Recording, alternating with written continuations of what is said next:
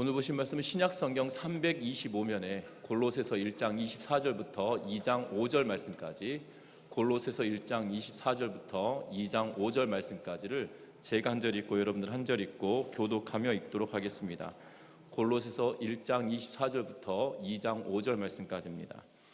나는 이제 너희를 위하여 받는 괴로움을 기뻐하고 그리스도의 남은 고난을 그의 몸된 교회를 위하여 내 육체에 채우노라.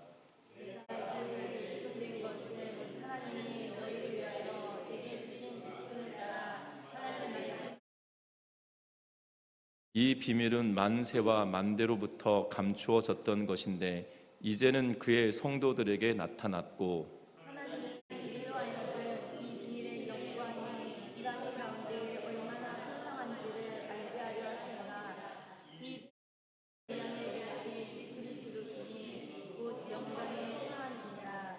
우리가 그를 전파하여 각 사람을 권하고 모든 지혜로 각 사람을 가르침은 각 사람을 그리스도 안에서 완전한 자로 세우려 함이니,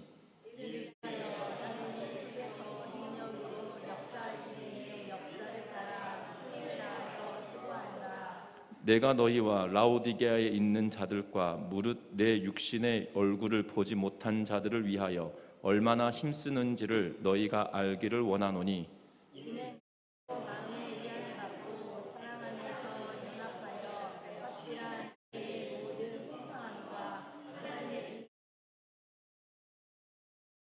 그 안에는 지혜와 지식의 모든 보화가 감추어져 있느니라.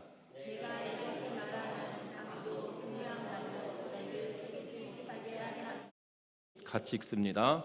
이는 내가 육신으로는 떠나 있으나 심령으로는 너희와 함께 있어 너희가 질서 있게 행함과 그리스도를 믿는 너희 믿음이 굳건한 것을 기쁘게 봄이라. 아멘. 우리 서로 인사 나누고 말씀 나눕니다. 사랑하고 축복합니다.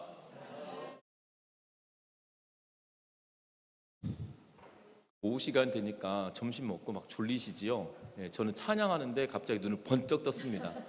분명히 입술도 찬양을 하고 있는데 눈을 언제 감았는지도 모르게 갑자기 눈을 번쩍 떠서 저도 깜짝 놀랐는데요.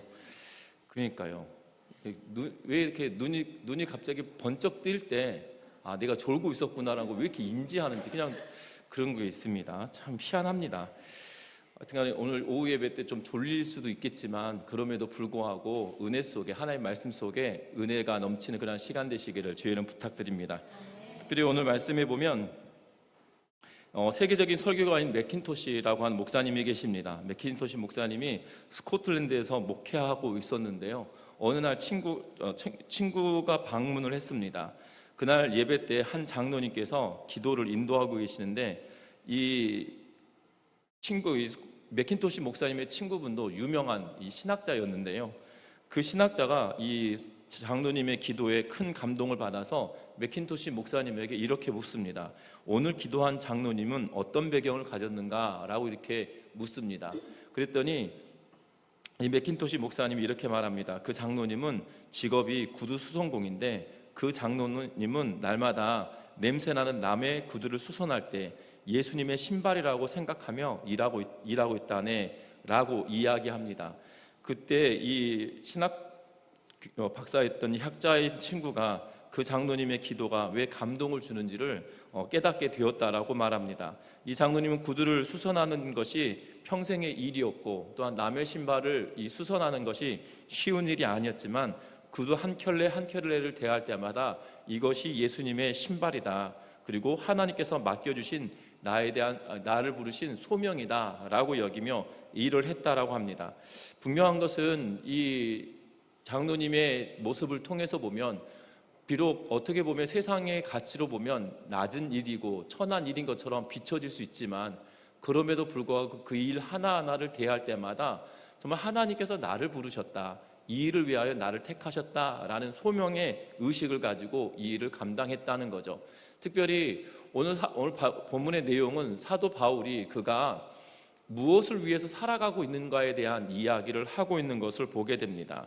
하나님의 종된 이 사도로서 그 사역을 감당할 때 예수님과 어떤 관계를 맺고 있는가를 이야기하고 있다라면, 또 하나님의 일꾼으로 이 땅에서 이 땅에 남겨두신 것들에 대하여 어떠한 일들을 감당하길 원하시는가에 대한 그 목표를 이야기하고 있는 것이 오늘 본문의 내용이라는 거죠.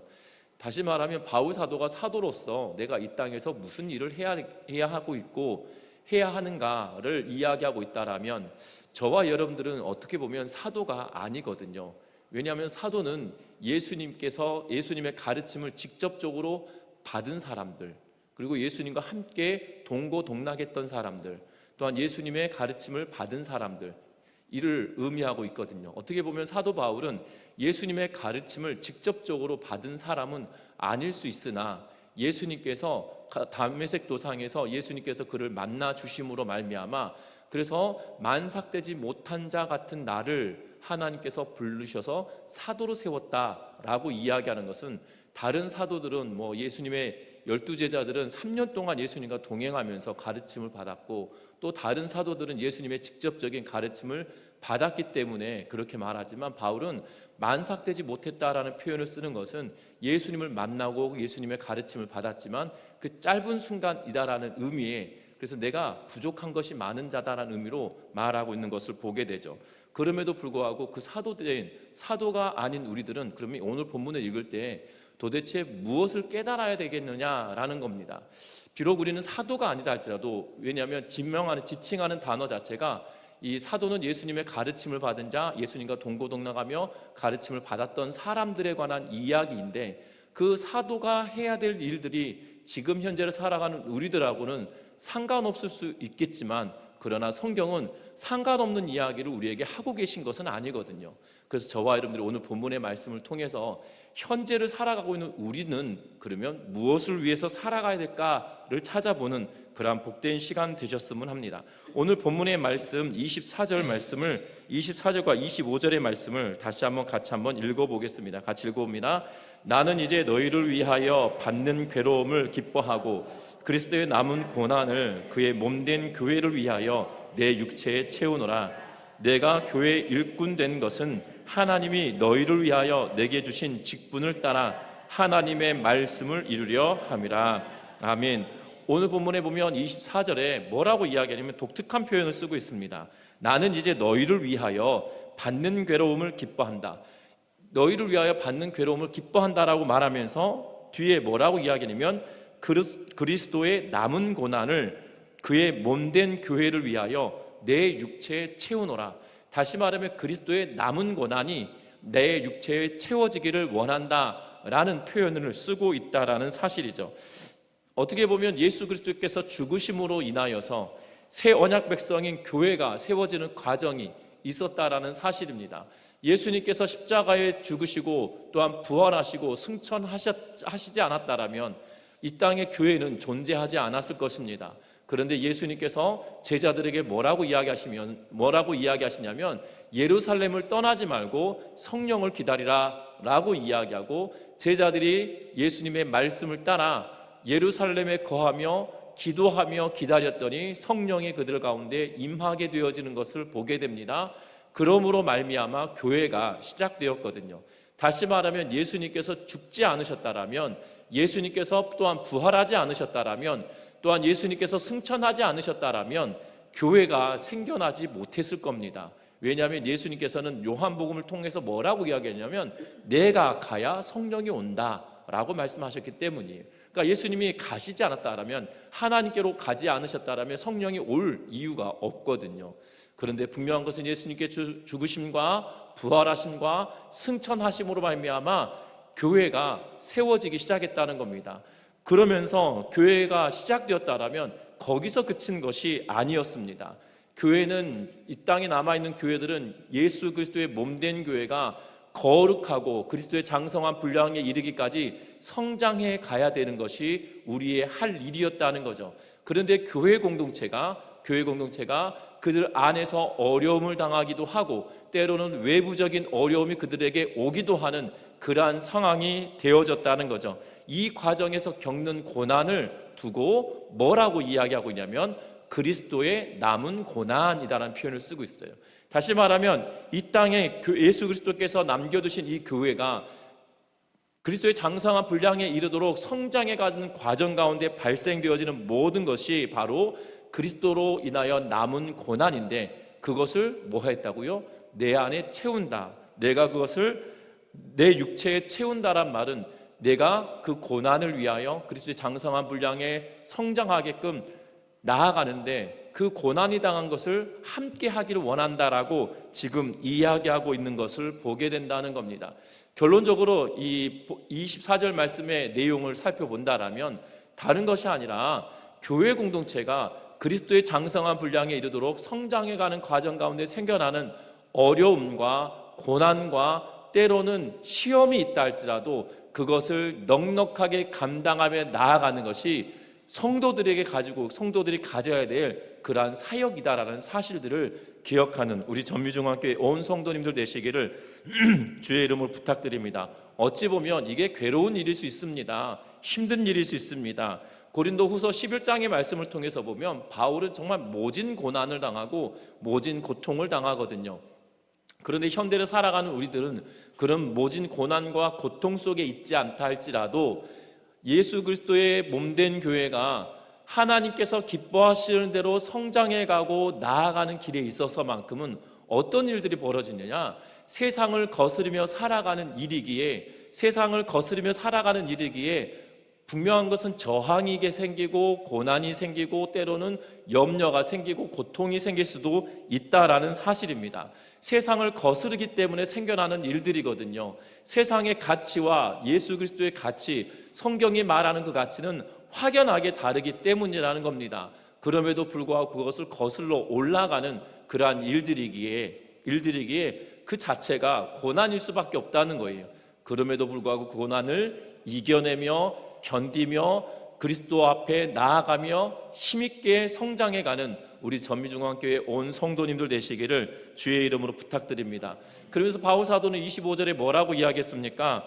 바울 사도가 그 고난을 당하는 일에 있어서 그가 내 안에 채워지기를 원하는데 왜 채워지기를 원하냐면 바로 그가 교회의 일꾼 되었기 때문이다라고 말하고 있는 것을 보게 되죠. 그래서 25절 시작을 이렇게 말합니다. 내가 교회의 일꾼 된 것은 이라고 하면서 말씀을 시작하고 있죠. 다시 말하면 교회가 성장해가고 또한 교회가 세상의 가치를 거스르며 하나님의 말씀대로 살려고 애쓰면 저항이 오는 것들을 이겨내게 돼야 되는데 그 일들을 이겨내기 위해서 부름받은 자로서 일꾼이다라고 말하고 있다라는 거예요. 그런데 일꾼으로서 하나님께서 그들을 부르셨는데 소명으로서 두 가지 의미를 이야기하고 있습니다. 먼저는 뭐라고 이야기하고 있냐면 25절에 내게 주신 직분을 따라라고 이야기하고 있는 것을 보게 되죠. 하나님의 직분을 따라라고 말하고 있는 것을 보게 됩니다. 하나님께서 이 세상을 향한 경륜의 근거에서 자신에게 소명, 사명을 부여해 주셨다라고 바울은 이야기하고 있는 것을 보게 되죠. 뿐만 아닙니다. 뭐라고 이야기하냐면 뒤에 하나님의 말씀을 이루려 합니다라고 하면서 바울을 부르신 이유는 그 직분을 주시기 위하여, 사명을 주시기 위하여 우리를 부르셨고, 또 하나는 하나님의 말씀을 이루게 하기 위하여 우리를 부르신 것이다 라고 이야기하고 있는 것을 보게 된다는 겁니다. 결국 교회의 그리스도의 남은 고난을 내 육체에 채운다는 것은 사명을 따라 살아가는 것이고 하나님의 말씀을 이루기 위하여 살아내는 일이다 라고 지금 바울은 말하고 있다는 것을 주목하는 우리 모두가 되셨으면 해요. 그래서 저와 여러분들도 마찬가지로 이 땅의 삶을 살아갈 때 세상의 가치에 거스르며 나아가는 것은 다른 것으로부터 시작이 아니라 하나님이 나를 부르신 부르심의 확신이 우리에게 있어야 하고 그 확신을 근거로 하여서 하나님의 말씀이 내 삶 가운데 이루어지기를 고대하고 기대하면서 나아가는 것, 이것이 바로 우리에게 고난을 채우는 일이다 라고 이야기하는 것이라는 걸 기억하면서 저와 여러분들이 믿음의 눈을 떠서 이 일들을 감당하는 우리 모두가 되셨으면 합니다. 우리는 사명을 받았다, 소명을 받았다 라고 이야기하면 목회자들에게만 국한을 시키려 할 때가 있는 것을 보게 됩니다. 그런데 절대 그렇지 않습니다. 하나님께서 여러분들을 부르신 이유가 있다는 거예요. 또한 여러분들이 일하는 일터도 하나님께서 부르셔서 그곳에 있다라는 거예요. 그러면 내가 거기에 서 있는 그곳에서 나를 하나님께서 어떻게 하나님의 말씀을 이곳에서 이루게 하시길 원하시는가 라는 것을 질문하며 하나님이 나를 인도하시는 대로 그 사명을 붙들고 살아가는 우리 모두가 되어지시기를 주의 이름으로 부탁드립니다. 졸리시지요? 눈 뜨고 계신 분이 몇 안 되셔가지고 속도를 더 내야 될 것 같습니다. 속도를 더 내야 될 것 같습니다. 왜냐하면 아까 저도 막 졸리더라고요. 저도 졸리고 지금 저도 설교하다가 한 번씩 졸고 있을 수도 있습니다. 그렇기 때문에 그래서 속도를 내야 될 것 같습니다. 두 번째는 이 성도가 이 땅의 삶을 살아갈 때 그리스도의 남은 고난을 채우는 사역을 해야 된다. 그래서 남은 고난을 채우는 사역은 이 땅의 교회가 성장해 가는데 필요한 것을 채우는 것. 그런데 이것을 채우기 위해서 필요한 것은 사명이 있어야 되고, 사명이라고 하는 것이 내 안에 있어야 되고, 그것을 하나님의 말씀이 내 삶 속에 이루기 위하여 발버둥 쳐내는 것, 그것이 그리스도의 남은 고난을 우리가 내 안에 채우는 것이다고 했다라면 또 하나의 사역이 있어요. 그것은 뭐냐면 바로 성도가 성도를 세워가는 일을 하게 하고 있는 것을 보게 됩니다. 사도로서 일꾼을 세워주셨는데 26절부터 27절 말씀까지 같이 한번 읽어봅니다. 같이 읽습니다. 이 비밀은 만세와 만대로부터 감추어졌던 것인데 이제는 그의 성도들에게 나타났고 하나님이 그들로 하여금 이 비밀의 영광이 이방인 가운데 얼마나 풍성한지를 알게 하려 하심이라. 이 비밀은 너희 안에 계신 그리스도니 곧 영광의 소망이니라. 아멘. 오늘 26절과 27절 말씀은 뭐라고 이야기합니까? 바로 이 비밀은이라고 하면서, 이 비밀은 뭡니까? 나를 부르시고 나로 하여금 하나님의 말씀을 이루도록 하시는 것, 이것이 비밀인데 이것이 언제부터 있었다고요? 만세와 만대 전부터 감춰졌던 것인데 어떻게 되었습니까? 이제 누구에게 나타났습니까? 성도에게 나타났다라고 말하고 있는 것을 보게 되죠. 성도들에게 나타났다는 것은 뭐냐면 그것을 성도들이 소유했다라는 거예요. 성도들이 왜 성도입니까? 예수님이 이 땅에 오셔서 나를 위해, 나의 죄를 위해 십자가에 죽으시고 또한 나를 사랑하시는 그 하나님이시라는 사실을 증명하시기 위하여 부활하신 거예요. 그리고 그 예수 그리스도를 믿음으로 말미암아 우리가 하나님의 자녀가 되었다라고 하여서 그 자녀가 된 그 한 사람을 성도라고 합니다. 거룩한 무리란 뜻이기도 하는데요. 거룩한 무리란 뜻이기도 한데 사실 이 성도라고 하는 것은 한 명 자체를 의미하고 있거든요.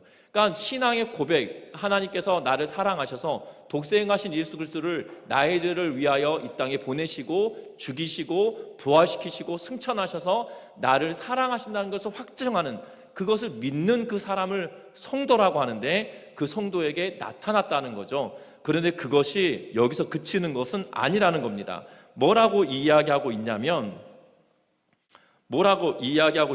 오늘 성경의 말씀 봅니까? 이 비밀의 영광이 이방인 가운데서 얼마나 풍성한지라고 이야기하고 있는 것들을 보게 되죠.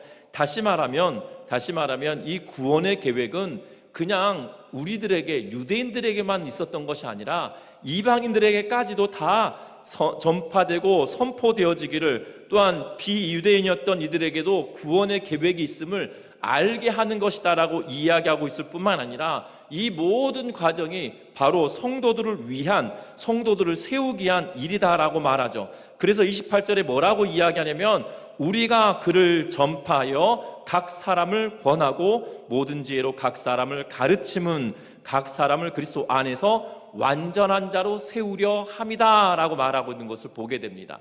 다시 말하면 구원의 감격과 그것이 이제 성도에게 나타났는데 그것을 소유한 이들이 해야 될 일은 다른 것이 아니라 각 사람을 권하고 각 사람을 가르치고 각 사람을 완전한 자로 세우기 위하여 해야 한다라고 지금 말하고 있는 것을 보게 되죠.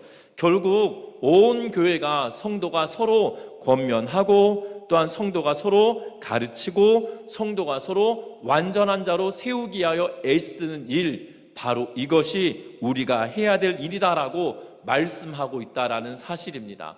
그런데 중요한 것은 그 앞에 있었던 26절과 27절 말씀 때문이죠. 뭘 소유해야 된다고요? 비밀을 소유한 자들이어야 된다고요. 자격 조건이 비밀을 소유한 자들이에요. 여러분들 교회 안에 이 권면을 하고 가르치고 그리고 온전한 자로 완전한 자로 세우려고 하는데 그 뭘로 세우냐는 거예요. 뭘로 세우냐면 바로 하나님의 말씀으로 세워야 되는데 하나님의 말씀은 전혀 가지고 있지 않은데 뭔가를 가르치고 뭔가를 권면하고 뭔가를 완전하게 만든다는 것은 불가능한 일이에요.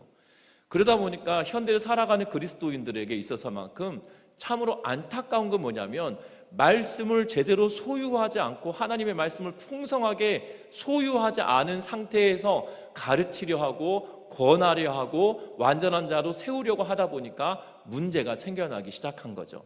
여러분 잘 생각해 보십시오. 뭘 잘 생각해 보냐면 여러분들 이 기독교 역사, 한국 기독교 역사를 잘 찾아보시면 정말 희한합니다. 뭐가 희한하냐면요, 학문이 뛰어나지 않은 사람임에도 불구하고 하나님의 말씀을 날마다 묵상하며 살아갔던 성도들이 권면할 때요, 그 말 한마디가 성도들의 폐부를 찌르며 하나님께로 돌이키도록 애쓰게 만드는 역할을 했던 때가 있었어요. 그러니까 기독교 역사 가운데 그런 일들이 있었거든요. 그러니까는 초등학교도 제대로, 역사적인 상황 때문에 초등학교도 제대로 나오지 못하셨던 권사님들이 스스로 성경을 읽고 말씀을 깨닫고 살아가고 인생의 연륜이 쌓아가다 보면 어느덧 그 후배 성도님들이 그 권사님에게 기도해달라고 부탁하고 권면해달라고 이야기하고 그럴 때마다 말 한마디가 얼마나 따뜻하고 말 한마디가 위로가 되어지고 말 한마디가 기쁨이 되어질 때가 있거든요. 그런 거 경험해보지 않으셨나요? 아마 이 전미중학교 78년이라고 하는 역사가 있기 때문에 그런 분들이 분명히 있으셨을 거예요. 그런데요, 어느덧 시간이 희한하게 70년대를 지나고 80년, 90년을 지나면서 성도들이 세상의 학문은 그들에 비하면 훨씬 뛰어나졌습니다. 초등학교, 중고등학교를 다 졸업하고 대학을 끝내신 분도 있습니다. 그런데 하나님의 말씀을 소유하는 그 능력은 그 예전에 그 선배들만 못하기 때문에 어느덧 세상의 가치로 그들을 권면하기 시작하죠. 그러다 보니까 어떤 일이 생겨납니까? 내가 뱉었던 그 말이 때로는 다른 이들에게 상처가 되고 내가 뱉었던 그 말이 내 안에 위로가 되는 것이 아니라 고통을 주는 그러한 일들이 생겨나기 시작했다는 거예요. 중요한 것은 무엇을 권하든 무엇을 가르치든 무엇으로 온전하게 완전한 자로 세우게 하여 애쓴다라면 다른 걸로 세우는 것이 아니라 하나님의 말씀을 소유한 것으로 행하는 은혜가 저와 여러분들 가운데 충만하기를 주의 이름으로 부탁합니다. 왜냐하면 29절 말씀이 중요한데요, 같이 읽어봅니다. 이를 위하여 나도 내 속에서 능력으로 역사하시는 이의 역사를 따라 힘을 다하여 수고하노라. 왜 말씀이 충만하게 소유되어야 되냐면 말씀이 충만하게 소유되는 것은 결국 내 안에 예수 그리스도로 가득 채우는 일이기 때문이에요. 요한복음 1장은 뭐라고 이야기하냐면 말씀이 육신이 되어 우리 가운데 거하심에 라고 이야기합니다. 태초에 말씀이 계시니라. 이 말씀이 하나님과 함께 계셨으니 이 말씀이 곧 하나님이시다 라고 1장 1절에 말해요. 또한 1장 10절에는 말씀이 육신이 되어 우리 가운데 거하시네 은혜와 진리가 충만하더라 라고 말씀하고 계시거든요. 기억할 것은 내 안에 예수 그리스도로 충만하게 채워지기를 원한다 라면 바로 하나님의 말씀이 충만하게 채워져야 내 안에 역사하시는 이의 힘을 따라서 이 일들을 감당하게 된다라고 말하고 있다는 거예요. 여러분들 우리 성도가 성도들을 사랑하는 마음이 더 충만하고 성도가 성도들을 위해서 기도하는 마음이 충만해져 가고 성도가 더욱더 아름답게 세워져 가길 바라는 마음이 있다라면 하나님의 말씀을 충만하게 소유하는 전미중앙교회 온 성도님들 되시기를 주의 이름으로 부탁드립니다. 말씀이 내 안에 체화되어질 때 어떤 일이 벌어지냐면요, 말 한마디를 나누더라도 은혜가 돼요. 말 한마디를 나누더라도 별것 아닌 것 같은데 그 말 한마디가 얼마나 따뜻해지는지 몰라요. 여러분들 이것을 경험하는 은혜가 있길 바라고 이것을 나눌 수 있는 믿음의 성도님들 되시기를 주의 이름으로 부탁드립니다. 뿐만 아닙니다. 오늘 성경의 말씀에 보면 뭐에 대해서 이야기하고 있냐면 2장 1절부터 5절 말씀까지는 진리의 말씀을 붙들고 지키며 살아가는 것에 대하여 이야기하고 있는 것을 보게 되죠. 그래서 3절 말씀과 3절부터 5절 말씀 같이 한번 읽어봅니다. 그 안에는 지혜와 지식의 모든 보화가 감추어졌느니라. 내가 이것을 말하면 아무도 교묘한 말로 너희를 속이지 못하게 하려 함이니 이는 내가 육신으로는 떠나 있으나 심령으로는 너희와 함께 너희가 질서 있게 그리스도를 믿는 너희 믿음이 굳건한 것을 기쁘게 봄이라. 아멘. 오늘 이 말씀을 통해서 뭐라고 이야기합니까? 너희와 라우디게아에 있는 자들과 무른 내 육신의 얼굴 보지 못한 자들을 위하여 얼마나 힘쓰는지 너희가 알기를 원한다 라고 하면서 그 힘쓰며 하는 그 사역은 다른 것이 아니라 그들로 마음의 위안을 받고 사랑 안에서 연합하고 모든 풍성함과 하나님의 비밀인 그리스도를 깨닫게 하려 합니다 라고 이야기하면서 비밀 대신 예수 그리스도를 깨닫게 하는 일이다 라고 말하는데, 그것이 진리라는 거예요. 근데 그 진리를 어떻게 합니까? 예수 그리스도 안에 있는 지혜와 지식의 모든 보화가 그리스도 안에 감춰져 있는데, 이것을 어떠한 자들이 그 감춰졌던 보화 같은 비밀을 어떠한 자들이 하냐면 교묘하게 속이려 하는 자들이 있다라고 말하고 있는 걸 보게 되죠. 그게 4절 말씀이죠. 아무도 교묘한 말로 너희를 속이지 못하게 하려 함이라는 말은 그 누군가가 너희를 교묘한 말로 속이려 한다라고 말하고 있다는 거예요. 이 골로새서를 쓰고 있는 이유가 골로새 교회 안에 문제가 발생해서 쓴 것이 아니라 예방주사를 마치듯이 백신을 마치듯이 먼저 이 편지를 쓰므로 지금 그 지역 주변의 교회들 가운데 일어났던 세상의 가치가 교회 안에 들어와서 교묘하게 교회에 들어와서 성도들을 흔드는 일들이 빈번하게 벌어졌는데, 그것을 미리 알려줌으로 주의하라, 조심하라 하면서 지금 이 편지를 쓰는 거거든요. 그래서 이렇게 말하는 거예요. 아무도 교묘한 말로 너희를 속이지 못하게 하려 한다라는 것은 지금 그런 사람들이 있으니 주의해라라고 말하면서, 그 주의하라고 하는 이유가 뭡니까? 진리 대신 하나님의 말씀을 굳건하게 붙들고 살아내라 라고 하면서 진리를 붙들고 살아감이 우리들에게 마땅한 일이다라고 지금 말하고 있는 것을 보게 됩니다.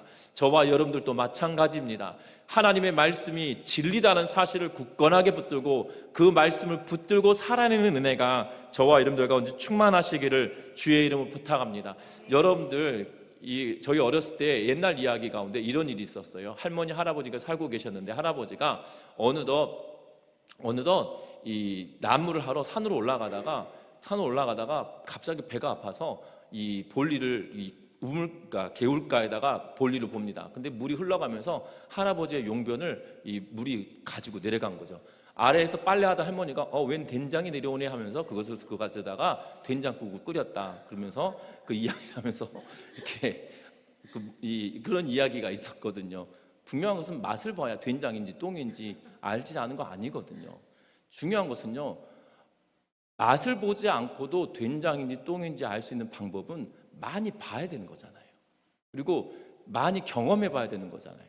여러분, 된장이 뭔지를 모르는 사람에게 이 다른 것을 갖다 주면 생각해 보십시오. 된장을 모르는 외국인이라고 하면 그 사람을 속여 먹는 일은 굉장히 쉽습니다. 근데 외국인이라고 하여도 된장을 많이 경험해 본 사람, 어떻게 된장을 만드는지, 메주를 어떻게 띄우는지 이 과정들을 다 알고 있는 사람에 있어서만큼은 된장을 가지고 속일 수 있겠다고 생각하시나요? 전혀 그렇지 않거든요. 성경을 많이 소유하고 하나님의 말씀을 깊이 있게 깨달고 애쓰는 사람들은 그 맛을 아는 거예요. 진리라고 하는 것을 확실히 알게 되는 거거든요. 여러분도 기억하셨으면 합니다. 진리와 비진리를 분별해내지 못하는 사람들은 진리를 몰라서 그러는 거예요. 진짜를 내가 경험해보지 못하니까 분별이 안 되거든요. 진짜인 하나님의 말씀을 내가 소유하고 그것을 경험하고 깨닫고 그것이 무엇인지를 아는 자가 돼야 바로 진리와 비진리를 명확하게 구별해낼 수 있거든요. 그런데 진리와 비진리를 구별해내지 못하는 것은 내가 진리 편에 서 있지 않기 때문이고, 진리 편에 서 있지 않으니까 미혹하는 영이 우리의 주변에 와서 우리를 미혹하면 훌떡 넘어가게 되는 이유가 거기 있어요. 여러분 잘 생각해 보십시오.